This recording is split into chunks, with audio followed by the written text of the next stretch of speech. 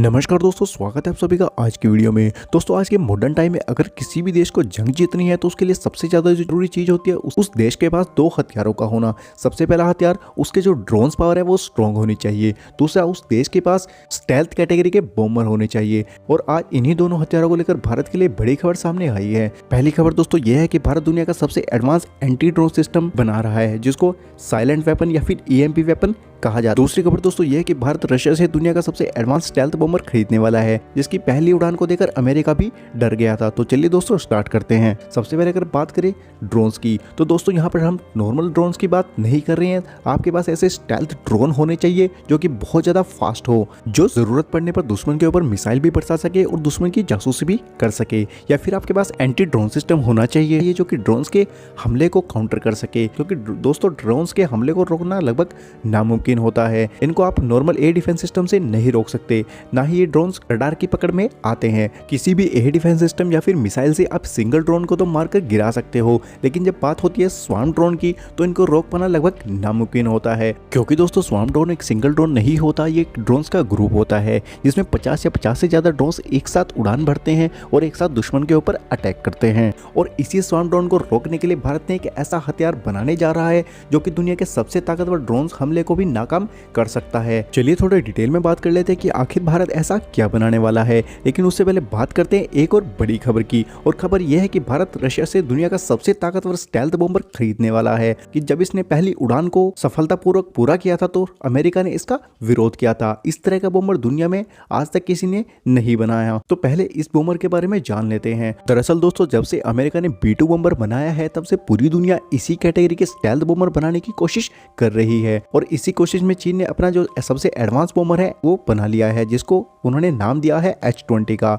और खबरें ये आई है कि चीन इस बॉम्बर को भारत के खिलाफ यूज करने वाला है। और इसी चीज को काउंटर करने के लिए भारत रशिया से एक ऐसा एडवांस बॉम्बर खरीदने वाला है जो कि चीन के इस बॉम्बर को मुंह तोड़ जवाब देने वाला है। क्योंकि दोस्तों खबर ये कि भारत रशिया से दुनिया का सबसे एडवांस स्टेल्थ बॉम्बर जिसको सफेद हंस या फिर Tu-160 कहा जाता है वो खरीदने वाला है। अब दोस्तों सवाल ये आता है कि स्टेल्थ बॉम्बर आखिर लड़ाकू विमान से डिफर कैसे होता है और ये कैसे काम करते हैं। क्योंकि दोस्तों ये इस तरह के जो विमान होते हैं वो भी बम बरसाने का काम करते हैं और हमारे जो फाइटर जेट होते हैं वो उनसे भी बम बरसाया जा सकता है। तो फिर क्या भारत चीन के H-20 के खिलाफ अपने फाइटर जेट्स यूज नहीं कर सकता? तो दोस्तों इसका जवाब है कि भारत फाइटर जेट्स यूज नहीं कर सकता, क्योंकि इस तरह के जो विमान होते हैं स्टेल्थ बॉम्बर होते हैं वो स्ट्रेटेजिक विमान की कैटेगरी में आते हैं, लेकिन जो लड़ाकू विमान होते हैं वो टैक्टिकल विमानों की कैटेगरी में गिने जाते हैं। क्योंकि जो स्टेल्थ बॉम्बर होते हैं वो स्टेल्थ टेक्नोलॉजी से लैस होते हैं, जबकि हमारे जो फाइटर जेट्स होते हैं वो स्टेल्थ टेक्नोलॉजी से लेस नहीं होते। तो ये स्टेल्थ टेक्नोलॉजी आखिर है क्या?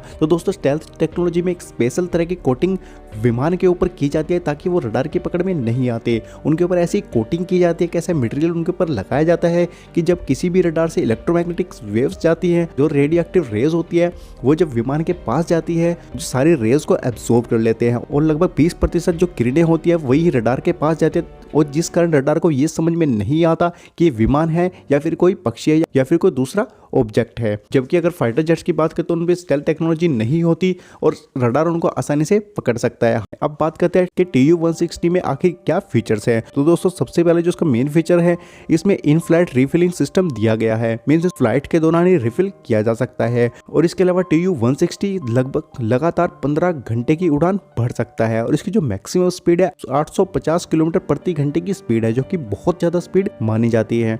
Tu-160 में 2 इंटरनल पार्ट्स होते हैं जिसमें प्रत्येक में 20,000 किलोग्राम तक के हथियार या फिर परमाणु हथियार रखे जा सकते हैं। इसके अलावा एक्स्ट्रा मिसाइल्स भी इसके विंग्स में ऐड की जा सकती है। Tu-160 लगभग 40,000 किलोग्राम के वजन को लेकर उड़ान भर सकता है और ये दुश्मन को तबाह कर सकता है। Tu-160 के बारे में आपका क्या मानना है, इस बारे में हमें कमेंट करके जरूर बताइएगा।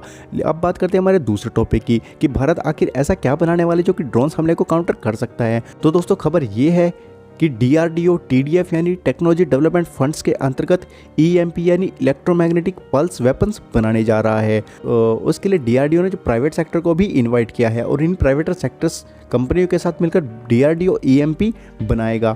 अगर EMP की बात करें तो जैसा कि दोस्तों इसके नाम से ही पता लगता है इलेक्ट्रोमैग्नेटिक पल्स वेपन, ये ऐसा वेपन होता है जिससे इलेक्ट्रोमैग्नेटिक पल्स निकलती हैं। दोस्तों रेफरेंस के लिए आप दुर्गा 2 का रेफरेंस ले सकते हैं। जिस तरह दुर्गा 2 एक लेजर वेपन है, से लाइट बीम निकल निकलती है और दुश्मन के जो विमान होते हैं उनको खत्म कर देती है। ऐसे ही ईएमपी वेपन से इलेक्ट्रोमैग्नेटिक पल्स निकलेगी जो कि इनविजिबल होती है, इसलिए इसको साइलेंट वेपन भी कहा जाता है क्योंकि उनसे कोई विस्फोट या फिर कोई धमाका नहीं होता। इलेक्ट्रोमैग्नेटिक पल्स होती है एक साथ ड्रोन या फिर स्वार्म ड्रोन पर हमला करती हैं और ड्रोन्स के फ्लाइट कंट्रोल को खराब कर देती है। उनके सॉफ्टवेयर से उनमें वायरसेस डाल देते हैं जिस कारण से ड्रोन्स अपना जो कंट्रोल है वो खो देते हैं और वो ज़मीन पर गिर पड़ते हैं और एक ड्रोन हमले को नाकाम किया जा सकता है। आज तक की अगर खबरों की बात करें तो भारत अभी तक 1.5 से 2 किलोमीटर की रेंज तक के ईएमपी वेपन बनाने के ऊपर काम कर रहा है। तो दोस्तों आज की वीडियो में इतना ही। अगर आपको वीडियो पसंद आई हो तो वीडियो को प्लीज़ लाइक कर देना और ऐसी ही खबरों के लिए हमारे चैनल को सब्सक्राइब कर देना।